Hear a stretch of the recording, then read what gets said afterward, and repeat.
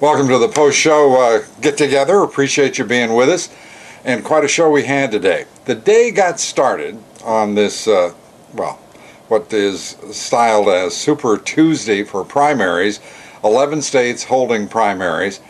But the day really got started when President of the United States announced to Matt Lauer on the Today Show that he was looking for ass to kick in relation to the BP oil disaster. Now, I've had the good fortune to be on vacation for a few days, and I've got that out of the way, so now I'm focused right through till November on what's happening in this country. But when we have a president who says he's looking for an ass to kick after 50 days of a crisis, there's something really wrong. A president who, first of all, thinks that the way to deal with this is to kick somebody's ass is horribly mistaken. Secondly, a president who doesn't know whose ass to kick 50 days later is in real confusion as far as I'm concerned.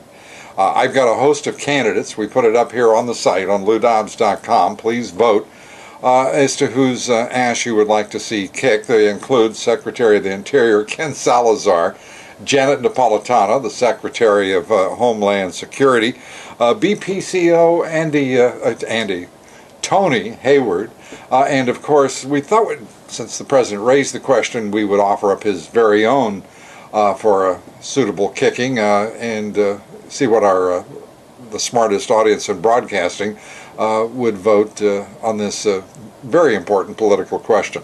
So I hope you'll do that. Just check out the poll here on LouDobbs.com.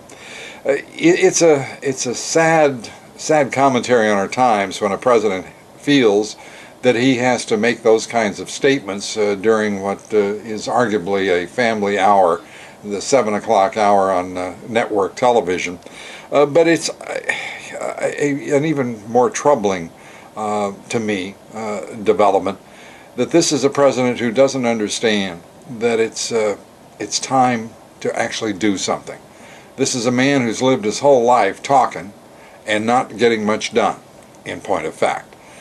And then he says that he doesn't want to talk with the CEO of BP, Tony Hayward, because he thinks that Tony Hayward will just tell him what he wants to hear, and that he's a man of action, said our president. Yet this president, refusing to talk with BP's CEO, is perfectly willing to have direct and non-conditional talks with Kim Jong-il and Ahmadinejad of Iran. Is there some confusion here on the part of the president? Perhaps his standards, perhaps his values, perhaps his very understanding of what a chief executive must do in a time of crisis. And as I said on the air today, this is a president who campaigned on Si se puede. Si se puede, Mr. President. Do you remember that? And this has been a can-do nation for 200 years. We were expecting you to say, Mr. President, in this crisis, si se puede. We can do. But, Mr. President, what you've done so far is point fingers, make excuses, and lamely say you're looking for an ass to kick. If you stay confused much longer, Mr. President, I will personally be glad to point you in the right direction in response to your question. Thanks for being with us for the post-show debrief. Great to be back with you. See ya on the radio.